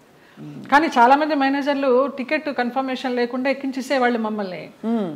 అయిపోయిందమ్మా అయిపోయింది అనేసి. తర్వాత మేము ఎన్ని ఇబ్బంది పడిన సందర్భాలు ఉన్నాయో టీసీ దగ్గర. పాపం వాళ్ళు మాకు అప్పుడు ఫేస్ వాల్యూ ఉంది కాబట్టి ఏదో సీట్ ఇచ్చో, లేకపోతే ఇంకొక ఊర్లో బర్త్ ఖాళీ అవుతుందమ్మా అని అలా ఇచ్చో, అలాంటి ఇబ్బందులు పడ్డాం. అష్ట కష్టాలు పడ్డారు అయితే. ఇవన్నీ అంటే పార్ట్ ఆఫ్ ద గేమ్. కానీ ఆ టైంలో మరి మీ మేకప్, మీ చర్మ సౌందర్యం ఇవన్నీ తెలిసిండేదా? ఇలా చేసుకోవాలి, ఫేస్ ప్యాక్ చేసుకోవాలి? అసలు తెలియదు నాకు. అసలు ఇంతవరకు సెల్ఫ్ మేకప్ తెలియదు. నేను ఇవాళ కూడా చేసుకోలేదు. మీరు చూడండి, ఎప్పుడు చేసుకోను. నేను మేకప్ మ్యాన్ ముందర కూర్చుంటాను, మీకు ఏది వస్తే అది చేయండి అంటే. మీకు అసలు మేకప్ ఎందుకండి అవసరం లేదు? ఏదో ప్రత్యేక క్యారెక్టర్కి ఏదో పెద్ద పెద్ద బొట్లు పెట్టి కాటుకలు పెట్టి చేయాలంటే తప్ప. వాళ్ళందరూ నవ్వుతారు. అదేంటమ్మా 40 సంవత్సరాల నుంచి ఉన్నారు, మొన్న మధ్య టీవీ సీరియల్స్ చేసినప్పుడు కూడా మీరు సెల్ఫ్ చేసుకోరా అని. నేను సెల్ఫ్ మేకప్ చేసుకోను, నా దగ్గర మెటీరియల్ ఉండదు. ఓన్లీ ఆ టచ్అప్ క్లాత్, స్పాంజ్, ఒక గిన్నె తీసుకెళ్తా అంతే. మిగతాన్ని మీరే చేసుకోండి, ఎలా చేసుకుంటారు. మరి ఆ టైంలోనే కదా మీకు వచ్చిన బోరు కొట్టని, బోరింగ్ పాప, ఇవన్నీ ఎప్పుడు వచ్చాయి? ఏ టైంలో వచ్చాయి? లారీ డ్రైవర్ బాలయ్య బాబుతో చేసినప్పుడు జస్ట్ ఒక సీన్, ఒక సాంగ్, ఒక ఇమాజినేషన్ సాంగ్, డ్రీమ్ సాంగ్, దాంతో బోరింగ్ పాప అని వచ్చేసింది. జనాల్లోకి బాగా వెళ్ళిపోయింది ఆ క్యారెక్టర్. అవును, చిన్న క్యారెక్టర్ అయినా కూడా. అలాగే ఏప్రిల్ 1 విడుదల భాగ్యం క్యారెక్టర్ కూడా అలాగే వెళ్ళింది. అద్భుతమైన వంశీ గారి సినిమాలు అసలు ఓ రేంజ్. అవును. ఏ డైరెక్టర్తో మీరు వర్క్ చేసినప్పుడు మీకు హాయిగా అనిపించేది, అంటే ఇది కదా నాకు ఇష్టమైన వాతావరణం అని? చాలా మోస్ట్లీ ఈవీవి సత్యనారాయణ గారు అలాగే ఉండేదమ్మా, జంజాల గారు అలాగే ఉండేవారు, వంశీ గారు అలాగే ఉండేవారు, మోహన్ గాంధీ గారు అలాగే ఉండేవారు, కోదండరామరెడ్డి గారు అలాగే ఉండేవారు. చాలా ప్లెజెంట్గా. మన శరత్ గారు వంశోద్ధారకుడు, వంశానికి ఒకడు, అవన్నీ చేసి సాయంత్రం 6 అయిందంటే నేను, వైవిజయ, అన్నపూర్ణమ్మ, శ్రీలక్ష్మి, మేమంతా ఒక బ్యాచ్ ఉండేవాళ్ళం సినిమాల్లో. ఒక టైంలో అందరం ఉండేవాళ్ళం, అన్ని క్యారెక్టర్స్ ఉండేవి. ప్యాకప్ ఎప్పుడు అంటే ఆ శరత్ గారు విసుకొని దుబ్బేయండి అనేవారు. రేపు చేసుకుంటాలి మీ క్లోజులు, వెళ్ళిపోండి అనేసి. అలాగా రాఘవేంద్రరావు గారి దగ్గర, అందరి దగ్గర ఒక్కొక్క డైరెక్టర్ ఒక్కొక్క గురువు అంతే. ఎవరి దగ్గర ఏం నేర్చుకోవాలి, ఒక డిసిప్లినా, ఒక సిస్టమేటిక్గా, ఒక యాక్టింగ్గా. బాపు గారిని సార్ ఎలా చేయమంటారు, మీరు చేయండి అమ్మా, నాకు కనుక అది సరిపోలేదు అనుకుంటే నేను చెప్తాను, నేను ఇంప్రూవ్ చేస్తాను, లేకపోతే మీరు చేసిందే చాలు నాకు అంటారు. మహానుభావుడు చెప్పారండి. విశ్వనాథ్ గారు అయితే అన్నీ చేసి చూపిస్తారు. విశ్వనాథ్ గారితో చేసిన సినిమాలు నేను శృతిలయలు, స్వయం స్వయం కృషి లాస్ట్లో, చిరంజీవి గారికి చరణ్ రాజ్కి ఫైట్ అప్పుడు స్వయం కృషిలో మంచి వెన్నెల ఇప్పుడు మగువ మనకు పంచబాణుని కేళి బాగుగా గూడుండ మగువా మగువా ఆ సాంగ్. బట్ మంచి సాంగ్. శేషు మాస్టర్ గారు కొరియోగ్రాఫరు. చిరంజీవి గారు ఫైట్ చూస్తారు కానీ జయలలిత సాంగ్ ఎవరు చూస్తారు అక్కడ? అలాగా ఆ క్లాసికల్ సాంగ్ అలాగా అయిపోయింది అనమాట. స్వరాభిషేకం శ్రీకాంత్ గారు ఆయన అన్నదమ్ములుగా చేసింది, అది చేశాను ఏవిఎస్ గారి భార్యగా. మంచి క్యారెక్టర్స్ పడ్డాయి యాక్చువల్లీ, గుర్తుండిపోయే క్యారెక్టర్స్. జంజాల గారిది చంటబ్బాయి, విచిత్ర ప్రేమ, పెళ్లి గోల, ఓహనా పెళ్ళంట. కానీ ఆ వ్యాంప్ క్యారెక్టర్ డాన్సులు కానీ వచ్చినప్పుడు మీకు ఇష్టం లేని బట్టలు వేసుకున్నారు ఎప్పుడు?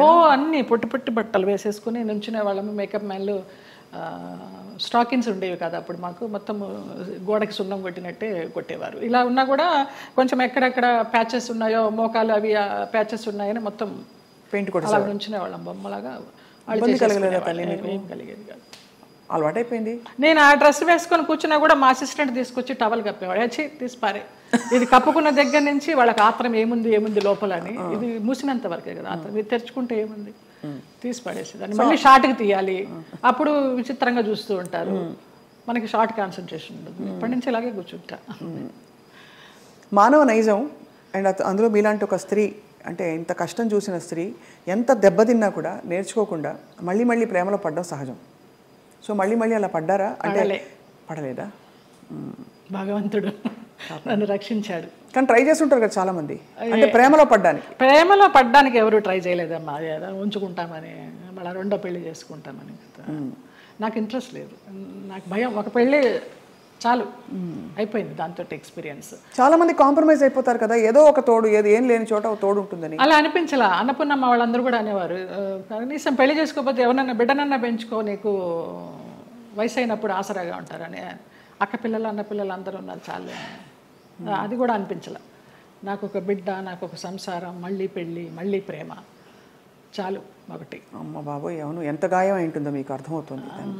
మీరు నేర్చుకోవడం గొప్ప విషయం. గాయం ఎంతైందో తెలియదు కానీ దాని మీదకి వెళ్ళలా, డైవర్ట్ అవ్వాలా నేను. బట్ ఏదో ఒక ఏంటి లైఫ్ అనుకుంటే ఏమొచ్చేది మీకు ఆన్సర్? ఇప్పుడు ఫర్ ఎగ్జాంపుల్ పొద్దున్న లేస్తే మేకప్ వేసుకుని సెట్లో ఉండి వాళ్ళకి కావాల్సినట్టు డివోర్స్ అంతా ఉన్నప్పుడు మనకు కావాల్సినట్టు మనం ఉండే టైం ఉండాలని అందరికీ అనిపిస్తుంది. అలా ఉంటుంది కదా, ఏదో ఒక మంచి ఫ్రెండ్స్ ఉన్నారా మీకు? అట్లా కూడా ఎవరు లేరు. ఇప్పుడు రాగిణి, రక్ష, లతాశ్రీ వాళ్ళందరూ సోకాళ్ళు వాళ్ళందరూ ఎప్పుడైనా మీ మధ్య ఎప్పుడు ఈర్ష్యలు, కాంపిటీషన్లు ఏమీ లేవా? ఎప్పుడు లేదు, ఎప్పుడు లేదు. ఈ చీర నువ్వు తీసుకో, నువ్వు కట్టుకో, ఎలాంటి ఫ్రెండ్స్? ఎన్నో అలాంటివి ఎన్నో. నేను రాగిణికి ఎన్ని ఇస్తాను చీరల నగలు, పాపం పాడైపోయినవి కూడా అది మళ్ళీ రిపేర్ చేసుకుని, అక్క నువ్వు ఇచ్చింది చూడు ఎంత బాగుందో, కట్టుకున్నానంటుంది. అలాంటిదే తప్పించి నువ్వు కట్టుకుని ఇప్పేసిన చీర నాకు ఇస్తావేంటి, అలాంటివి ఏం లేదు. ముందర అడుగుతుంది, అక్కలకి ఆ వదిలినకి చీరలు తీస్తున్నాను అంటే అక్క నన్ను గుర్తుపెట్టుకో, నాకు కూడా ఇవ్వంటుంది. అలా చాలామందికి ఇచ్చిన సందర్భాలు ఉన్నాయి. సో 90వ దశకం ఆరంభంలో మీకు మ్యారేజ్ ఫెయిల్ అయిన తర్వాత దాదాపు మీరు ఒంటరి ప్రయాణమే. ఒంటరి ప్రయాణం. అమ్మ నాన్న వాళ్ళు? అమ్మ నాన్న 99లో అమ్మ పోయింది, 2005లో నాన్న పోయారు. తర్వాత 2003లో నేను హైదరాబాద్ షిఫ్ట్ అయ్యాను. ఇంకా అక్కడ ఉన్న ఒక ఇల్లు అమ్మేసి అక్కల అన్నలు అందరూ వేరే వేరే కాపురాలు పెట్టేసుకున్నారు. ఆ డబ్బుతో ఇక్కడికి వచ్చి నేను మధురానగర్లో చలపతిరావు గారు చెప్పి ఆయన ఉండే ఫ్లాట్స్లోనే పైన పెంట్ హౌస్ కొనుక్కున్నాను. ఓరిని బ్రహ్మ బంగారంగాను, ఏవిఎస్ గారి సినిమా షూటింగ్ అప్పుడు. నీకు ఆఫర్స్ ఉంటాయో లేవో తర్వాత విషయము, ఆత్మీయులందరూ ఇక్కడ ఉన్నాం కదా వచ్చేసే అన్నారు. అలాగే వచ్చేసాను. మూవీ ఆఫర్స్ కోసం రాలేదు నేను, వచ్చాను చిన్న చిత్తగా చేస్తూ వచ్చాను. 2007లో చిట్టిబాబు గారు, మన రాజబాబు గారు తమ్ముడు, వాళ్ళు ల్యాండ్ ఓనర్స్, ఈ ల్యాండ్ ఓనర్స్ ఇక్కడ కడుతున్నారు, బాగుంది చూడు అనేసి అంటే వచ్చాను, నచ్చింది, వాస్తు అది బాగుంది, కొనేసుకున్నాను. ఇంకా 2007 నుంచి ఇక్కడే. చాలా అద్భుతంగా మెయింటైన్ చేస్తున్నారు మీరు. అంటే ఎక్కడ కూడా ఇది పాత అపార్ట్మెంట్ కొత్త అపార్ట్మెంట్ లాగే అనిపిస్తుంది. మోడల్ అండ్ అలాగే ఇంటీరియర్స్ చేయించడం. ఇంటీరియర్స్ అంతా మీ టేస్టేనా? అబ్బాయి నాకు అసలు టేస్ట్ అనేది లేదు. అయ్యో, అంత గుడ్డెద్దు చేలో పడ్డట్టేనమ్మా. ఏదో చేసుకుంటాము, అందరూ వచ్చి బాగుంది అంటారు. దానికోసం టైం వెచ్చించి ఇది చేస్తే ఎలా ఉంటుంది, ఇది చేస్తే ఎలా ఉంటుంది, ఆ థాట్ లేదు, ఆ ఓపిక లేదు. సో అలా మరి జీవితం అలా నడుస్తూ మీరు వచ్చారు. మధ్యలో మీరు శరత్ బాబు గారు ఒక, అది మనసు బంధం అని చెప్పచ్చా? మనసు బంధమే. నేను బాగా అనుకున్నాను, ఆయన కొంచెం అనుకుని వదిలేశారు. ఇప్పుడు ఆయన ఉన్నా కూడా చెప్పేదాన్నేమో, లేరు కాబట్టి ఇంకా ఫ్రాంక్గా చెప్తాను. ఆయనతోనే యాత్రలన్నీ చేశాను. మహానుభావుడు, దేవుడు నాకు ఒక గైడ్ని పంపించాడు అనుకున్నాను. లేకపోతే నేను అన్ని యాత్రలు మంచి చేసేదాన్ని వ్యక్తి కాదు. అండి, చాలా చాలా మంచి వ్యక్తి, అందులో ఏమీ సందేహం లేదు. ఒకరి రూపాయి తినరు, ఒకరికి పెట్టరు. ఆయన ఫ్యామిలీ వరకు ఆయన చూసుకుంటారు కానివ్వండి, అది లేదు, ఆ గుణం లేదు. ఆ టైంలో మిమ్మల్ని వివాహం చేసుకునే టైంలో కొంతమంది ఇండస్ట్రీ ప్రముఖులే ఆపారు ఆయన్ని, లేకపోతే మీ ఇద్దరు తెలుసు పెళ్ళయి సెటిల్ అయ్యేవారు కూడా అన్నారు అంట, నిజం? చాలా ఆలోచనలు చేశాము, ఒక బిడ్డను కూడా కందామని ఆలోచన చేశాము, దానికి అన్ని ప్లానింగ్స్ వేసుకున్నాము. తర్వాత ఆయన ఆలోచిస్తూ ఉంటారు, సంవత్సరాల తరబడి ఆలోచిస్తూ ఉంటారు. ఒక విషయం చెప్తే ఒక 100 రకాలుగా ఆలోచించి, లలిత ఇలా వద్దేమో అలా వద్దేమో, మనం ఎవరన్నా కానీ వాళ్ళు మన ఇద్దరం పోయామనుకో అమ్మాయిని ఆస్తి కోసం ఏమన్నా చేస్తారేమో, ఇలాగంతా కూడా చెప్పేవారు. నేను చాలా ఫ్రాంక్గా ఫస్ట్ టైం చెప్తున్నాను, నేను వాళ్ళ ఫ్యామిలీ మెంబర్స్ నేనేమి లెక్క చేసేది లేదు. వాళ్ళ ఫ్యామిలీ మెంబర్స్లో ఒక తమ్ముడు నాతో చాలా క్లోజ్గా ఉంటాడు, ఒక తమ్ముడు ఫ్యామిలీ. ఇప్పుడు కూడా వారి అబ్బాయి మీతో టచ్లో ఉన్నారు ఉన్నాడు అని అంటారు. అంటే పిల్లలాగానే ఎక్కడ మిమ్మల్ని ఒక శత్రువుగా చూడలేదు కుటుంబానికి? లేదు లేదు, కుటుంబానికంటే వారి కుటుంబానికి, వారి కుటుంబంలో ఎవరికి నేను పెద్ద తెలీదు, మా మధ్య ఏం జరిగిందని కూడా ఎవరికి తెలియదు. ఈ తమ్ముడు గారి ఫ్యామిలీకి తప్పించి వాళ్ళకు కూడా అంతంతే పైపైనే, నాకు ఆయనకి పరిచయం ఉందనే తప్పించి కొంచెం డీప్గా వెళ్ళామనేది తెలియదు. మీరు రమాప్రభ గారితో చాలా క్లోజ్ కదా ఒక టైంలో. రమాప్రభ గారు శరత్బాబు గారిని చాలా విమర్శించేవారు, చాలా ఇంటర్వ్యూలో బహిరంగంగా తిట్టారు. ఎందుకు మీ దృష్టిలో ఎందుకు ఇంత మంచి వ్యక్తి అని మీరు చెప్తున్నారు? మీ మనసుతో చూస్తే అవును కదా కరెక్ట్ అనిపిస్తుంది, ఎందుకంటే మీరు ఎవరిని అసలు మిమ్మల్ని హాని చేసిన వాళ్ళనే మీరు జడ్జి చేయని వ్యక్తి. అలాంటిది అసలు అంటే మనం ఒకవైపునే విని చెప్పలేము కదా, మరి జడ్జ్ చేయలేము కదా. మరి అప్పుడు వాళ్ళిద్దరు కలిసి ఉన్న పరిస్థితుల్లో ఏం జరిగిందో అది నేను కూడా చెప్పలేను. కానీ నా వరకు ఆయన చాలా మంచి వ్యక్తి, చాలా మంచి వ్యక్తి. ఏ విషయంలో మీకు నమ్మకం కలిగింది? ఫర్ ఎగ్జాంపుల్, అంటే మీరు చూసిన అనుభవాల్ని బట్టి మనని ఇతను హింసించడు, మన డబ్బులు తీసుకోడు, లేదు వేరే విధంగా వేధించడు, కంట్రోల్ చేయడు, ఇలా రకరకాల కేటగిరీల్లో మనం తిన్న దెబ్బల్ని బట్టి ఆ విషయంలో మనకు నమ్మకం కలుగుతుంది. ఏ విషయంలో మీకు ఒక భరోసా కలిగింది ఆయన? నాకు తెలియదు, నా అంతటి నేనే మామూలుగా బావా బావా అని పిలిచేదాన్ని, వెళ్ళేదాన్ని. రమాప్రభ గారి కోసం అక్కకి ఏమన్నా చేయండి బావా అనేదాన్ని. అక్కకి చాలా చేశానమ్మా, ఇంకా నేను చేయాల్సింది ఏమీ లేదు అనేవారు. అలాగా నేను ఈ గుళ్ళు వెళ్తాను, ఆ గుళ్ళు వెళ్తాను, ఈ పురాణాలు చదువుతానంటే ఆయన దగ్గర కూర్చుంటే గంటలు గంటలు అలాగా టైం పాస్ అయిపోయేది.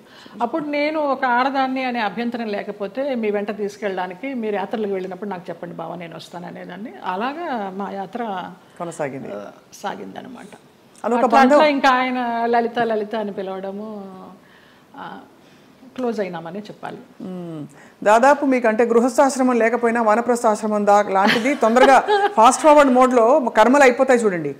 ఇప్పుడు మనం అనుభవించడానికి వచ్చిన కర్మలు అయిపోవాలంటారు కదా, అలా మీకు ఏదో రాసి పెట్టినట్టు మీరు దాన్ని అటాచ్ అయ్యారు, మళ్ళీ డిటాచ్ అయిపోయారు. అవును, ఆయన ఒక విషయంలో బాధపడుతున్నప్పుడు చిట్టిబాబు గారు వాళ్ళే చెప్పారు, పోనీలే నీకు భగవంతుడు ఆయన్ని గైడ్ కింద పంపించాడు నువ్వు యాత్రలు చేయడానికి.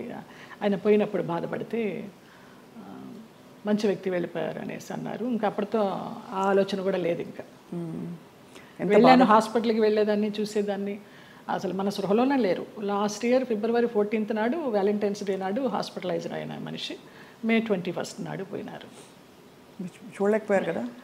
చూడలేకపోయిన వాళ్ళం. బావా బావా అని పిలిచేదాన్ని, అయ్యప్ప అని పిలిచేదాన్ని ఆయన్ని. ఆయన ఆధ్వర్యంలో ఇరుముడి కట్టుకుని నేను మండలం రోజులు అయ్యప్ప దీక్ష చేసి అయ్యప్పకే వెళ్ళాను. ఆయనతో వెళ్ళాలనుకున్నాను కానీ వెళ్ళలేకపోయినాను, నేను విడిగా వెళ్ళాను. అప్పుడు నేను ఇరుముడి కట్టుకునేటప్పుడు ఆయనే చెప్పారు నాకు మంత్రాలన్నీ. అట్లా అయ్యప్ప అని నా ఫోన్లో కూడా తత్వమసి అని ఫీడ్ అయి ఉంటుంది ఆయన పేరు, అయ్యప్ప తత్వమసి.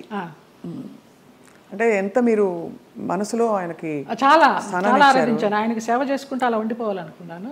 బట్ భగవంతుడు పడనిలా, లేదు రుణం లేదు. అది అంతేనండి, బంధాలు బంధాలు అంతేనా? మరి అంతే అనుకోవాలి. రుణం ఉన్నంత వరకు మనం కలిసి ఉంటాం, తర్వాత అంతే. కూడబెట్టిన పుట్టిన వాళ్ళు మన బిడ్డలే. అలాంటప్పుడు ఇంకా బయట నుంచి ఎక్కడో వచ్చిన వాళ్ళు ఆ రుణం ఉన్నంత వరకే ఉంటారు. అది రుణాన్ని బంధ రూపేణ పశుపత్ని సుతాలయ. సో మరి ఉన్నంతకాలం కష్టపడి ఉంటే దాన్ని ఎలా చూడాలి? రుణం ఉంది కాబట్టి నాకు కష్టాలు పెట్టాడు, కష్టాలు పడదాం అనుకోవాలా? లేకపోతే అంతే పడాలి. కష్టాలని భరించే శక్తిని ఇవ్వమని కోరుకుంటా నేను. నువ్వు కష్టాలను ఇచ్చావు, భరించే శక్తి నువ్వు, అదే కోరుకుంటా ఎప్పుడు. మరి ఎప్పుడు ఇది సరికాదు, సవ్యం కాదని ఇప్పుడు చాలామంది ఆడపిల్లలు, మీకైన ఎక్స్పీరియన్స్, మీ పెళ్లిలో 6 నెలల్లో ఒక హింస, ఒక ఎక్స్‌ప్లాయిటేషన్ ఉంది, బయటకు వచ్చేయాలని ఆలోచించిన పరిస్థితుల్లో ఎప్పుడు బయటికి రావాలనే స్ఫురణ ఎలా కలుగుతుంది? బికాజ్ భరిస్తాం, సర్దుకుంటాయన్న హోప్ ఉంటుంది. ఆ స్ఫురణ ఏం చెప్పిన మాట వినాలని మీ గైడెన్స్ అడుగుతున్నాం. మీరు డైరెక్ట్గా పడ్డ వ్యక్తి కాబట్టి మీకు అర్థమైంది కదా ప్రశ్న. అది మన రాతలో ఉంటుంది, ఏదో అదృశ్యవాణి చెప్తుంది మనకి, భరించావు చాలు, ఇంకా ఇది చెయ్యి అని గైడెన్స్ వచ్చేస్తుంది అని. నాకు బ్లైండ్గా వెళ్తాను నేను అంతే. అంతే, అంత డీప్గా వెళ్ళి నాలెడ్జబుల్గా చెప్పాలంటే నాకు తెలియదు, కానీ అనిపిస్తుంది, మనకే అనిపిస్తుంది. ఇంకా ఆ టైం అయిపోతుందని అనిపించినప్పుడు అది ఆటోమేటిక్గా వస్తుందని నేను అనుకుంటున్నాను. ఎంత ఇవాల్వ్ అయ్యారు మీరు స్పిరిచువల్గా, ఎన్ని కష్టాలు పడినా కూడా ఎంత పరిణితి తెచ్చుకున్నారు మీరు అంటే జీవిత ప్రయాణంలో. నేను కేరళ డీటాక్స్కి వెళ్ళినప్పుడు కూడా 14 days ఒంటరిగా ఉన్నాను. అప్పుడు నా లైఫ్ స్టైల్ మారిపోయిందమ్మా, మైండ్ సెట్ కానీ లైఫ్ స్టైల్ కానీ. ఎంత భయస్థురాల్లో నేను, చిన్న విషయానికి భయపడిపోతే, ఎక్కడన్నా నొప్పి వస్తే, ఇక్కడ నొప్పి వస్తే బ్రెస్ట్ క్యాన్సర్ ఏమో, ఇక్కడ నొప్పి వస్తే అపెండిసైటిస్ ఏమో అని అస్సలు లేదు. ముక్తినాథ్ నడిచి దిగాను -degreesలో మొన్న. అవునా? మొన్న రీసెంట్గా 4 days అవ్వలేదు. ఆ ముక్తినాథ్ ఒక ఇన్సిడెంట్ చెప్పాలి స్వప్న. ఒక ఆవిడ కటక్ నుంచి వచ్చారు, జ్యోత్స్నారావు అనేసి, ఒరిస్సా ఆవిడ కాదులే, ఒరిస్సాలో జాబ్ చేసేవారు, కాకినాడ ఆవిడ, బ్రాహ్మణ ఆవిడ. ఎవరు లేరు, నానేవాళ్ళు ఎవరు లేరు, తోడబుట్టిన అన్నదమ్ములు కానీ అక్క చెల్లెళ్ళు కానీ సంసారం కానీ పిల్లలు కానీ ఎవ్వరు లేరు. ఆవిడ బ్రహ్మచారిణి. ఆవిడ వచ్చి నాకు ఎవరు లేరు 3 రోజులు ప్రయాణం చేశారు మాతోటి. 11th నాడు బయలుదేరాము ఇక్కడి నుంచి, 12th 13th నాడు ముక్తినాథ్ తీసుకెళ్లారు. అలాగే డోలీలో ఎక్కించి వెళ్ళారు. ఆవిడకి ఏదో హై బ్లడ్ బీపీనో షుగర్ ఏదో ఉంది. అన్నం తినాలనిపించక మాత్రలు వేసేసుకుంటున్నారు. తర్వాత ఆ ముక్తినాథ్లో జామ్సంలో మేము స్టే చేసినప్పుడు వెన్ను ఒలింకించే చలి, అక్కడ హీటర్స్ ఉండవు, హీటర్స్ పెడితే ఆక్సిజన్ అందదంట, హై ఆల్టిట్యూడ్ అనమాట. అక్కడ ఆ రోజు నరకం అనుభవించాం అందరం, 80 members గ్రూప్ మేము. Sai Krishna tours and travels అని సాయిరామ్ గారు, ప్రసన్న గారు, వైఫ్ అండ్ హస్బెండ్, ఆది దంపతులు. నిజంగా 2009 నుంచి వాళ్ళు ఈ ట్రావెల్ చేస్తున్నారు. ప్రతి ఒక్క గ్రూప్తో ట్రావెల్ చేస్తారు. ఇంకా నేను లైఫ్ జర్నీ అంతా వాళ్ళతోనే యాత్రలు కంటిన్యూ చేయాలని వాళ్ళతో చెప్పి కూడా వచ్చా కన్ఫర్మేషన్. ఆవిడ ముక్తినాథ్ని దర్శించుకొని, సాయిరామ్ గారు మేము వెళ్ళే రోజు ముందర రోజు నైట్ హోటల్లో డిన్నర్కి గ్యాదర్ అయినప్పుడు చెప్తారు, అమ్మ ఇలా ఉంటుంది అక్కడ సిచ్యువేషను, స్నానాలు చేయకండి, 108 జలధారలు ఉంటాయి, స్నానాలు చేయకండి, -degrees ఉంటాయి, నెత్తి నీళ్లు చల్లుకుంటే చాలు, మనకి ముక్తినాథుడి దర్శనం కావాలి, మీరు ఆయన్ని చూడడం కాదు ముఖ్యం, ఆయన మిమ్మల్ని చూడడం ముఖ్యమని చాలా చక్కగా వివరించి ఆవిడని అడిగారు, అమ్మ మీ పరిస్థితి ఇలా ఉంది, వస్తారా, రాలేకపోతే రూమ్లో ఉండండి, భోజనం ఏర్పాట్లన్నీ చేసి మీకు ఒక మనిషిని పెట్టి నేను వెళ్తాను. లేదు సాయిరామ్, నాకు ఆ ముక్తినాథుడిని చూడాలి, నా ఒకే ఒక కోరిక అన్నారమ్మ.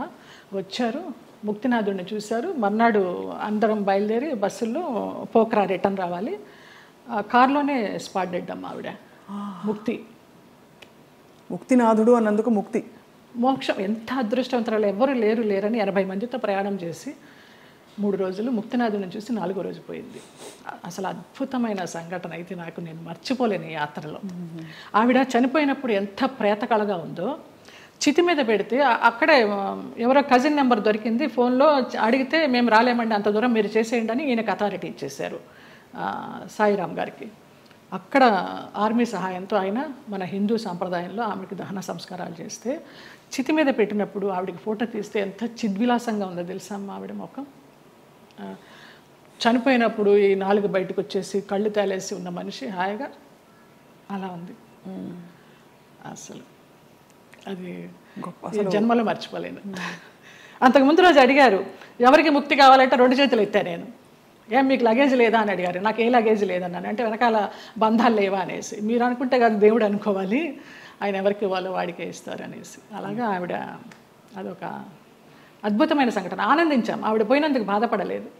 ఎంత అదృష్టవంతరాలు, ఎంత చక్కని అనాయాసన మరణం అంటారు కదా, అలా. కార్లన్నీ ఆగినా ఏంటనంటే పోయారు. అంటే భగవద్ దర్శనం అయిందా అని చాలా మందిని అడుగుతాం. ఇంతకంటే నిదర్శనాలు ఏముంటాయి? మోక్షం, ముక్తినాథుడు.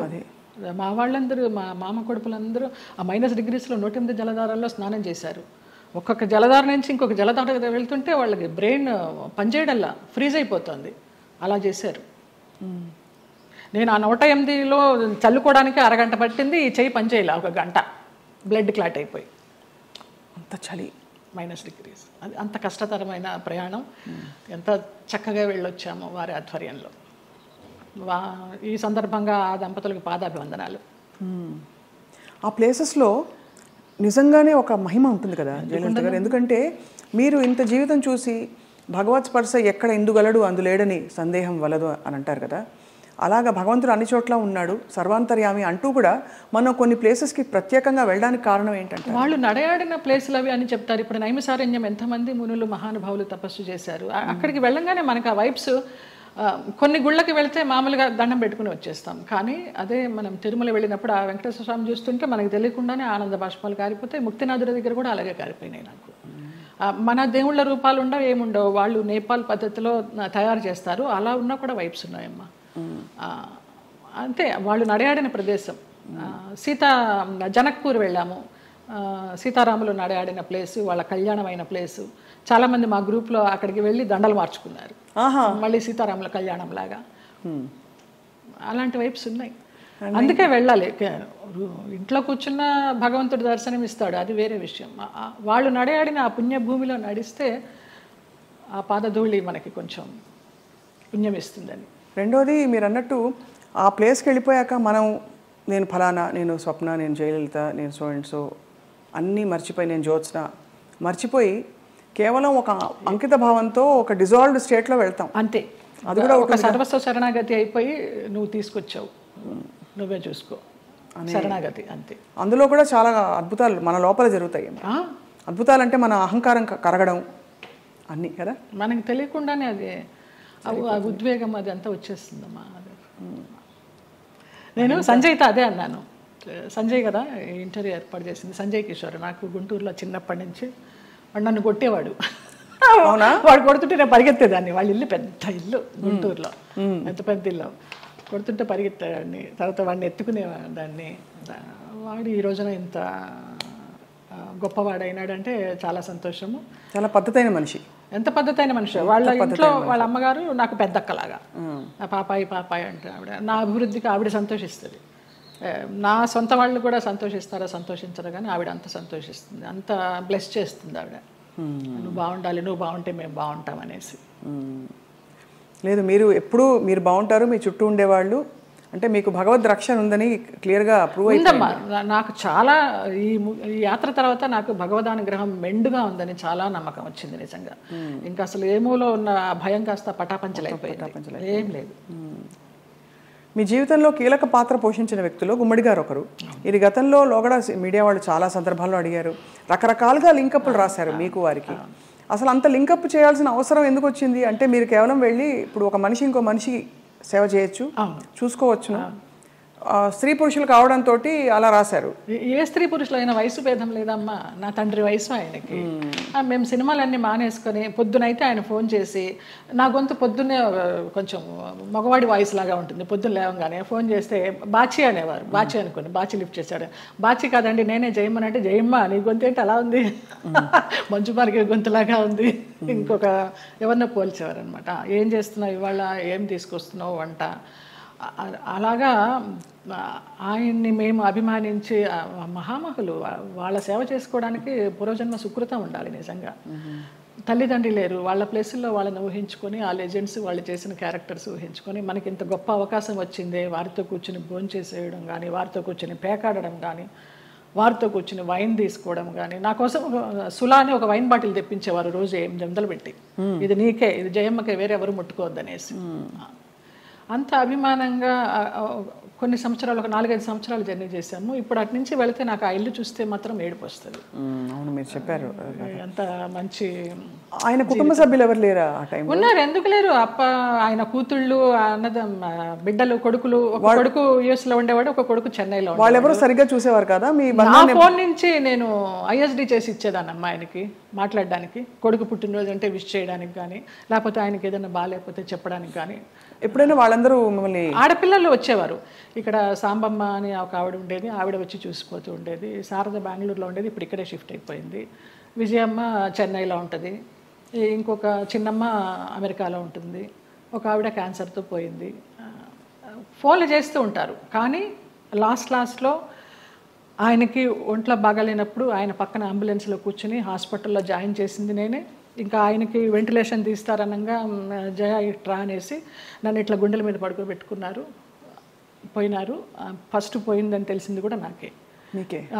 పోయినప్పుడు ఇంకా నేను బయటకు వచ్చేసాను. ఇంకా ఆ తెల్లవారుజాము నుంచి వాళ్ళ పిల్లలు రావడం, అది అక్కినేని నాగేశ్వరరావు గారు అన్నారు, ఆయన పోయిన తర్వాత అక్కడ నుంచుని ఉంటే పిల్లలందరినీ పలకరిస్తూ నా భుజం తట్టి నీకు చాలా లోటు గుమ్మడి గారు పోవడం అన్నారు. నమస్కారం. మహానుభావులు వాళ్ళంతా అంతే. No comments. అంతకంటే అంటే ప్రపంచం అలా ఉందండి ఇప్పుడు. అలా ఉంది. ఒక మనిషికి మధ్య ఏదో ఒక ఎంత విచిత్రమైన అనుబంధం అండి. మీరు నిజంగా ఏమీ ఆశించలేదు. ఎవరికైనా వండి పెట్టాలంటే ఇంకో కొంచెం తక్కువ వయసు వాళ్ళు దొరకరా చెప్పండి. ఏదో ఒక ఒక ఆత్మీయత కలిగి కదా మీరు. అంతే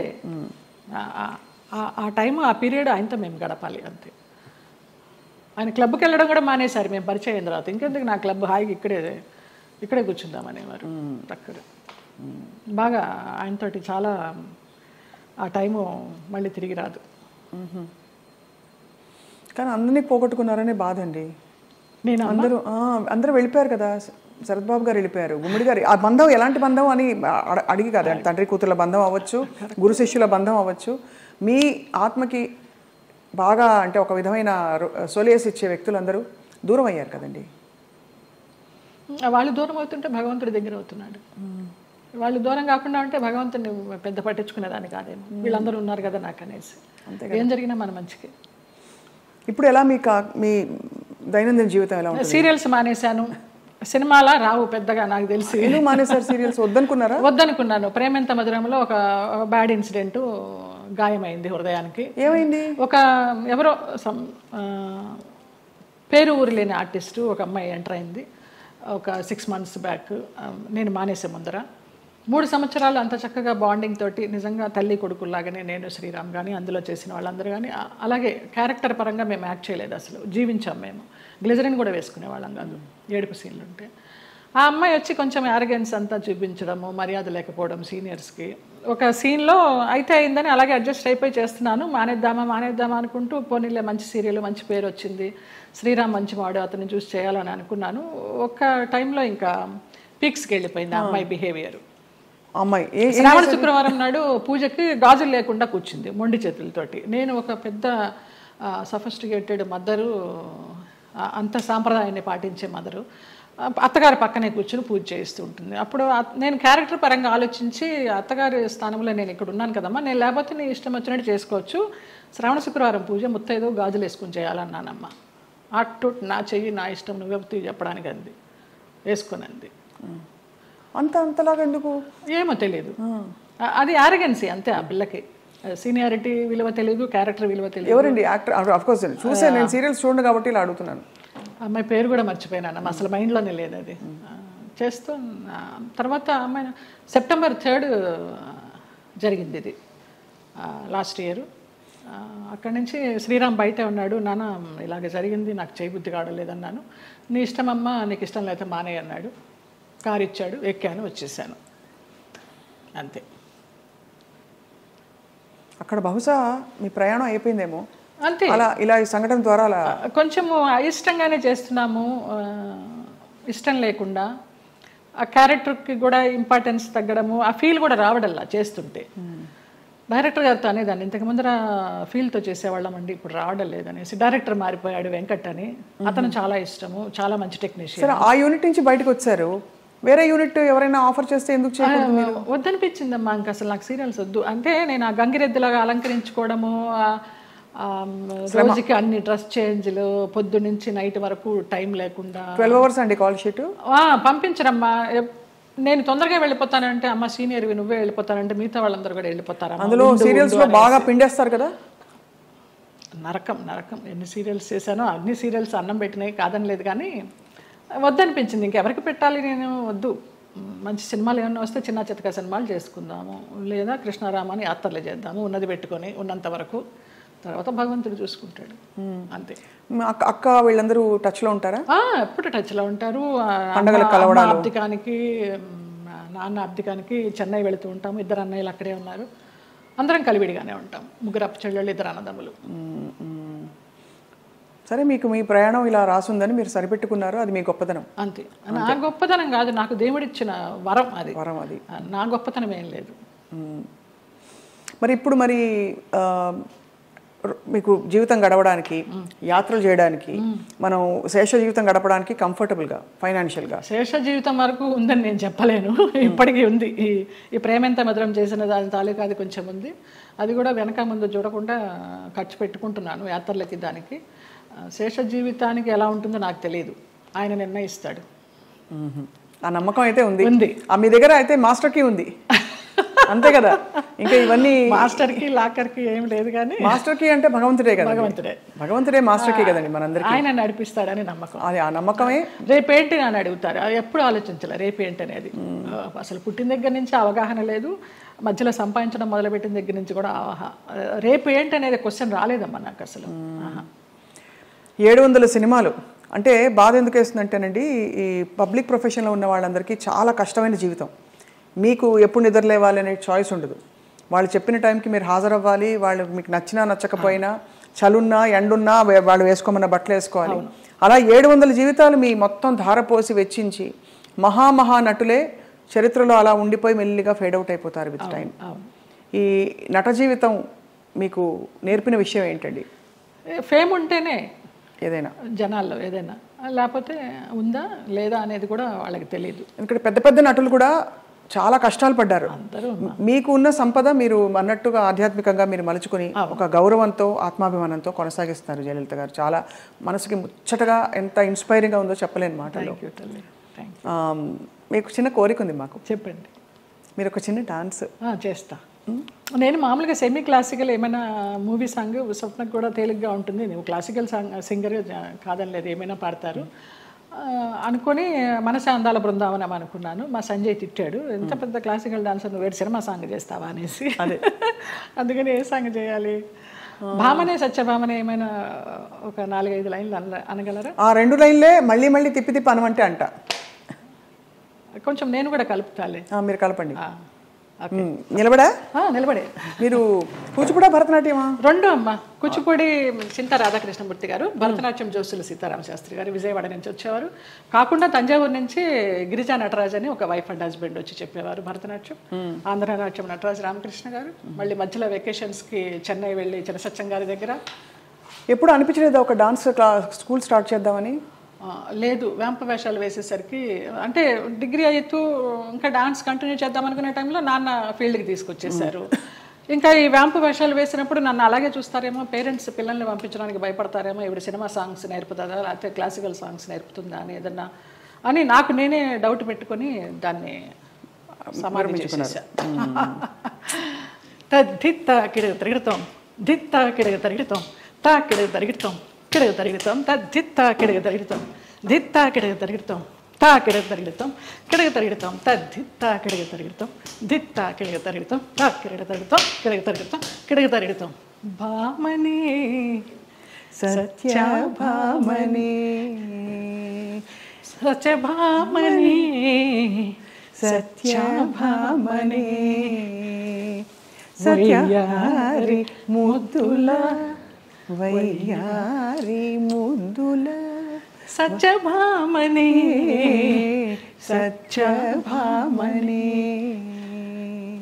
వయ్యారి ముద్దుల వయ్యారి ముద్దుల సత్యభామని సత్యభామని. అద్భుతం. ఎక్కడ ఎంత ఎంత గ్రేస్ఫుల్గా ఉంది అసలు. సంజయ్ గారు, ఇప్పుడు శోభన్ గారు అందరూ చేస్తున్నారు కదండి డాన్స్ పర్ఫార్మెన్సెస్, బ్యాలేస్. అంటే మీకు అఫ్కోర్స్ మీరు ఒక ఆధ్యాత్మిక లోకంలోకి వెళ్ళిపోయారు. ప్రాపంచికంగా లౌకికంగా మీకు కోరికలు లేవు, కానీ అలా చేస్తే ఎంత బాగుండు అని అనిపించే అంత అందంగా ఉంది మీ డాన్స్. శోభనాయుడు గారితో బ్యాలెన్స్ చేశానమ్మా. వెంకటేశ్వర కళ్యాణం, కృష్ణ పారిజాతం, ఆవిడన్నీ మేల్ క్యారెక్టర్స్ ఇచ్చేవారు. నేను అదంతా తీసేసిన తర్వాత జయలలిత నువ్వా వెంకటేశ్వర స్వామి వేసింది, కృష్ణుడికి వేసింది అనేసరికి నిరాశ వచ్చేసింది. అది అర్థమైంది. కానీ అన్ని అన్ని ఆ పార్శ్వాలని మీరు చూశారు జీవితంలో.